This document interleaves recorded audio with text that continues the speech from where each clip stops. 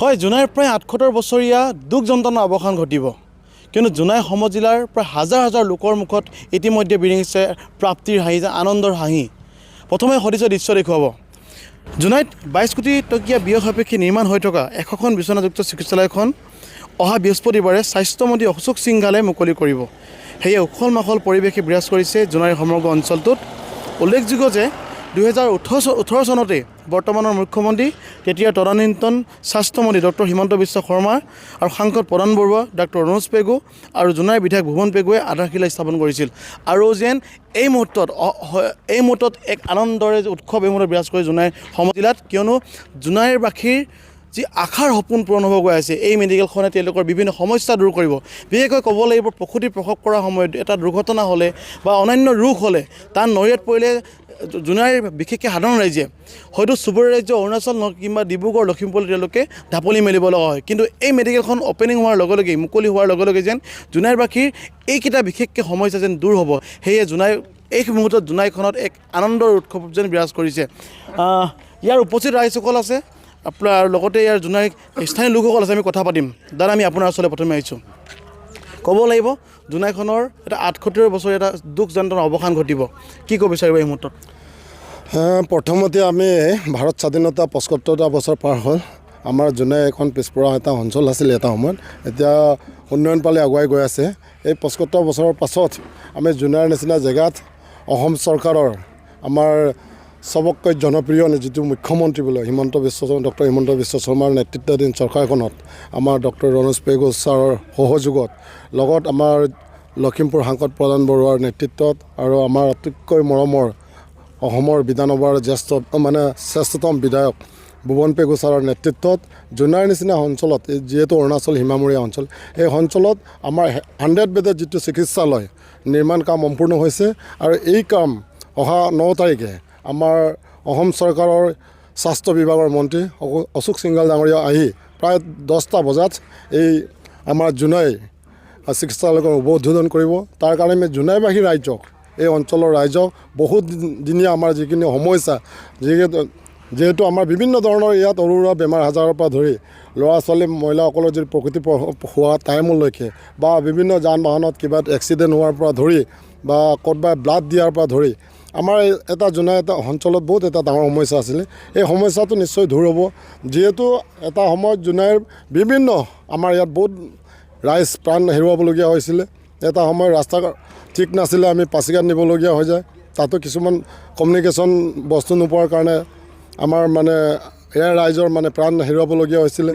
ঠিক তেনেকৈ আমাৰ এটা সময় আমি ডিব্ৰুগড় যাবলগীয়া হয়, পেৰী নদীত ৰাতি 12টা বজাত পেৰী নোপোৱা হৈছিলে। এতিয়া গোটেইখিনি এইখন চৰকাৰে ৰাস্তা পদূলিৰ পৰা ধৰি গাঁৱে ভূঞে যোৱা ৰাস্তাৰ পদূলি, বিজুলী বাতিৰ পৰা ধৰি বান গৰাখহনীয়াৰ পৰা ধৰি গোটেইখিনি সমস্যা। এতিয়া গৰাখহনীয়া ক'লে এইটো এটা ডাঙৰ সমস্যা। জোনাইৰ পৰা আমি এতিয়া জোনাই 3 মাইল ঘাটৰ পৰা একদম দমকল ঘাটলৈকে যোৱাবাৰ 15 কিলোমিটাৰ AND বান্ধ ৰ'দ কাম বান্ধ, আৰু এইবাৰ আকৌ আমাৰ বিধায়কৰ ছাৰৰ নেতৃত্বত, প্ৰধান বৰুৱা MP ছাৰৰ নেতৃত্বত আমি আকৌ 25 কিলোমিটাৰ পাবৰ কাৰণে সক্ষম হৈছে। এই মুহূৰ্তত যেন জোনাইত এই মুহূৰ্তত যেন উন্নয়নৰ গংগা বৈছে বুলি ক'ব বিচাৰিছে।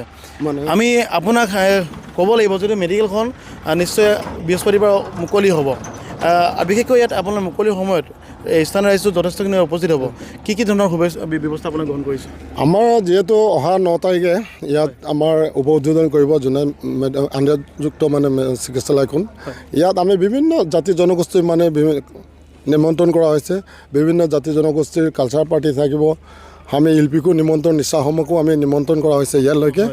আৰু জোনাই ৰাইজে পৰা স্বতঃস্ফূৰ্তভাৱে ওলাই আহিব, তাৰ কাৰণে আমি আহ্বানো জনাইছোঁ। আৰু ৰাইজে আমাক বহুত শুভেচ্ছা জনাইছে যে জোনাই চিকিৎসালয়খন যোৱা বছৰ 2 বছৰ ধৰি লাগিছিল বনোৱা কামত, আৰু সম্পূৰ্ণ হোৱাৰ পাছত কেতিয়া আধাৰশিলা কৰিব তাকে ৰাইজে বাট চাইছিল।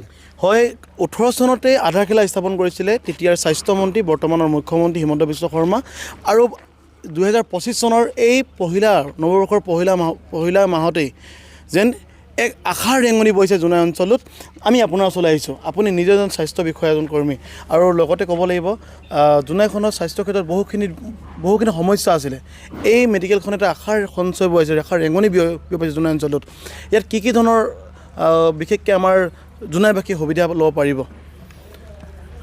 ইয়াতে প্ৰথমতে আমাৰ জোনাইবাসীৰ কাৰণে বহুত দীৰ্ঘদিনৰ এটা সমস্যা আছিলে, বিশেষকৈ প্ৰসূতিৰ সমস্যা। ডেলিভাৰী কেছবোৰ আমি সাধাৰণ এটা চিজাৰিন এটা কৰিবৰ কাৰণে ডিব্ৰুগড় বা পাছিঘাট যাবলগীয়া হৈছিলে। এখন মেডিকেল হোৱাৰ পিছত আমাৰ গোটেইখিনি সুবিধা ইয়াতে পাব। গতিকে এইখিনি বিশেষকৈ আমাৰ জোনাইখনত মানে অকল মেডিকেল ছেক্টৰটোৱে বিশেষকৈ মানে হেৰি হৈ আছিলে, কি বুলি ক'ম, বেক হৈ আছিলে। গতিকে এখন হস্পিটেল খোলাৰ পিছত আমি আশা কৰিম মানে যথেষ্ট ৰাইজৰ উপকাৰ হ'ব আৰু আমিও নিজে মই ব্লক ফাৰ্মাচী হিচাপে ইয়াত কাম কৰি খুবেই সুখী হ'ম। হয়, ইয়াত চাগে নিশ্চয় কিমানটা বিভাগ ইয়াত অন্তৰ্ভুক্ত কৰাইছে এইখনত? ইয়াৰ টোটেল আমাৰ মেইনলি আছে আমাৰ চাইল্ড কেয়াৰটো আছে, গাইনকলজি চিজাৰিনৰ কথাটো আহিলে, তাৰপিছত মেডিচিন ৱাৰ্ড আছে আমাৰ, আপোনাৰ চাইল্ড কেয়াৰ হ'ব, ৰেডিঅ'লজিষ্ট আপোনাৰ এক্সৰে ফেচিলিটিটো হ'ব, আল্ট্ৰাচাউণ্ড হ'ব, ECG ফেচিলিটি হ'ব,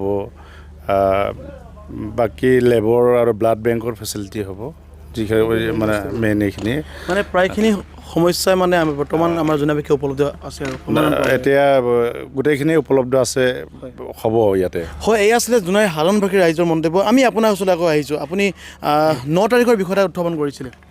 যিহেতু আমাৰ জোনাইৰ কাৰণে হোৱা 9 তাৰিখ 9 জানুৱাৰী বৃহস্পতিবাৰ আমাৰ অসমৰ স্বাস্থ্যমন্ত্ৰী অশোক সিংঘাল ডাঙৰীয়া ইয়াত উপস্থিত আহিব, শুভ উদ্বোধন কৰিব। লগত আমাৰ সাংসদ থাকিব, সাংসদ প্ৰধান বৰুৱা ছাৰো থাকিব, আমাৰ বিধায়ক ভুৱন পেগু ছাৰো থাকিব আৰু ডিপাৰ্টমেণ্টৰ মানুহ উপস্থিত থাকিব।